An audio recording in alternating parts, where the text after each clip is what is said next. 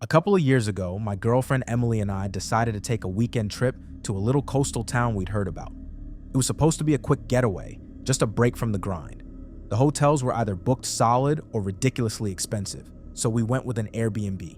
We found this cute little house that was close to the beach, reasonably priced, and had good reviews, or at least enough to convince us it was safe. The host, Rick, messaged us right after we booked to say he'd leave the key under the mat and that we should make ourselves at home. He seemed nice enough, but something about his profile picture struck me as odd. He had this awkward, toothy smile, like he wasn't used to having his picture taken. Still, I didn't think much of it. The house looked nice in the photos, and we were excited to get away.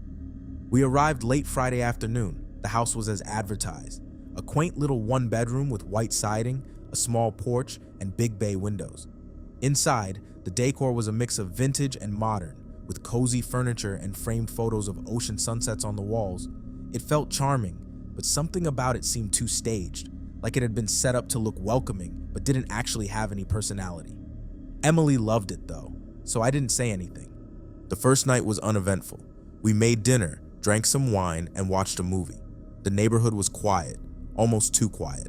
No cars driving by, no people walking their dogs, nothing but the faint sound of the ocean and the occasional creak of the wind through the trees. Around 11 p.m., as we were getting ready for bed, I thought I heard a faint tapping noise. It was so soft that I almost convinced myself it was just the wind, but Emily heard it too. "Did you hear that?" she asked, pausing as she brushed her teeth. "Probably just the house settling," I said, trying to sound casual, but my ears were straining for the noise. The sound didn't come back, and we went to bed. Still, I couldn't shake this uneasy feeling, like we weren't entirely alone. The next morning, Emily decided to sleep in while I made coffee and explored the house. There wasn't much to it: a small living room, a kitchen, a bedroom, and a bathroom. But as I walked down the hallway near the kitchen, I noticed something strange. The wall between the kitchen and the hallway seemed off. The baseboard didn't align perfectly, and there was a slight gap between the wall and the floor, almost like there was something hidden behind it. Curiosity got the better of me. I knocked on the wall, and my stomach dropped when it sounded hollow. There was something behind it. I crouched down and ran my fingers along the seam, finding a barely visible crack. With a little pressure, the panel popped open, revealing a narrow, dark staircase leading down into what looked like a basement. The listing didn't mention a basement. I stood there for a moment, staring into the darkness. The air coming up from the stairs was damp and musty, with a faint metallic tang that made my skin crawl. Part of me wanted to grab Emily and leave right then, but another part of me, the part that hated loose ends, wanted to see what was down there. "What are you doing?" Emily's voice startled me. She was standing in the hallway, still in her pajamas, her hair messy from sleep. "I think I found something," I said, gesturing to the open panel. She walked over, peered down the staircase, and immediately shook her head. "Nope, absolutely not. We're not going down there." I couldn't blame her. Something about the hidden staircase felt wrong, like it was meant to stay hidden. I shut the panel, pushed the baseboard back into place, and tried to forget about it. That night, things got worse. We were lying in bed, the house completely silent, except for the occasional creak of the floorboards. I was just starting to drift off when I heard it. Faint shuffling, like footsteps, coming from the hallway. I sat up, my heart racing. Emily stirred beside me. "What is it?" she murmured. "I think someone's in the house," I whispered. We both froze, listening. The shuffling grew louder, moving closer to the bedroom. Then it stopped. The silence was deafening. Summoning all my courage, I grabbed the nearest thing I could use as a weapon, a heavy lamp from the nightstand, and crept toward the door. Emily followed close behind, clutching her phone with trembling hands. I slowly opened the door, my heart pounding in my ears. The hallway was empty, but when I looked down, my stomach turned. The panel to the hidden staircase was slightly ajar, and there were muddy footprints leading from it into the kitchen. "We need to leave," Emily whispered, her voice shaking. I nodded, but before we could move, we heard it. A loud crash from the kitchen. Something had fallen or been knocked over. We crept down the hallway, my grip on the lamp tightening with every step. When we reached the kitchen, it was empty, but the back door was wide open, swinging slightly in the breeze. Whoever had been there was gone. The next morning, we packed up and left, cutting our trip short. But I couldn't stop thinking about that hidden staircase. Before we handed in the keys, I decided to take one last look. When I opened the panel, the staircase looked the same as before, dark and uninviting. But this time, I noticed something I hadn't seen before, a faint light coming from below.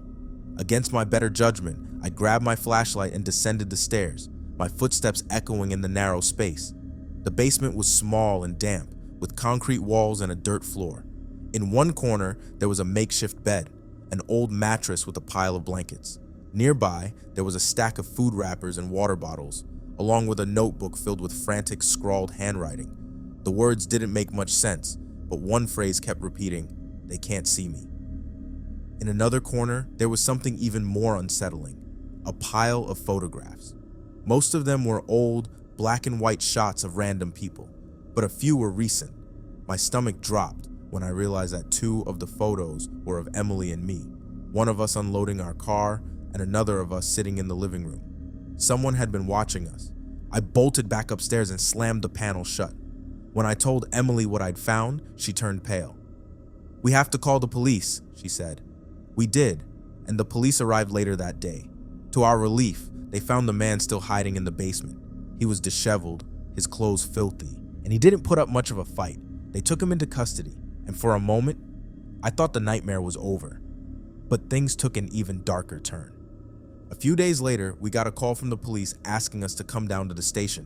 They had more questions, they said, and it was important. When we arrived, they told us something that sent chills down my spine. The man they had arrested wasn't just some vagrant who had stumbled into the Airbnb. He had been living there for months, possibly longer, and he wasn't acting alone. After digging into the property's history, they discovered that the Airbnb host, Rick, was complicit. Rick had known the man was living in the basement. In fact, he had been allowing it, maybe even encouraging it. According to the police, Rick had been running a twisted scheme for years, renting out the house to unsuspecting guests while his accomplice hid in the basement, stealing from them, watching them, and who knows what else. It turned out that Rick had a criminal record, though nothing as severe as this. He had managed to keep his past hidden by using fake profiles and burner phones to list the property. The man in the basement confessed that Rick had promised him a cut of the profits in exchange for keeping an eye on things. The photos, the notebook, even the makeshift bed. It was all part of their sick operation. Rick was arrested a week later. The police said he had been under investigation for other incidents at different properties, but this was the first time they had enough evidence to charge him. Emily and I were asked to testify, which was its own kind of nightmare, but we did it. What sticks with me the most is a conversation we had with one of the detectives after the trial. He told us that Rick had been running this operation for years, and that there were likely more properties just like the one we stayed in. He also mentioned that some of the other guests hadn't been as lucky as us. One couple had reported missing personal items, and another family claimed their dog had mysteriously vanished during their stay. The detective also said that the man in the basement, whose name we never learned, had a history of stalking and petty theft. They suspected he might have been responsible for other crimes, but didn't have enough evidence to tie him to anything more serious. To this day, I can't stay in an Airbnb without feeling a sense of dread. The idea that someone could be watching you, someone who knows every corner of the place while you're completely unaware, it's terrifying. I try not to think about what could have happened if we'd stayed another night, but sometimes, late at night, I can't help but wonder,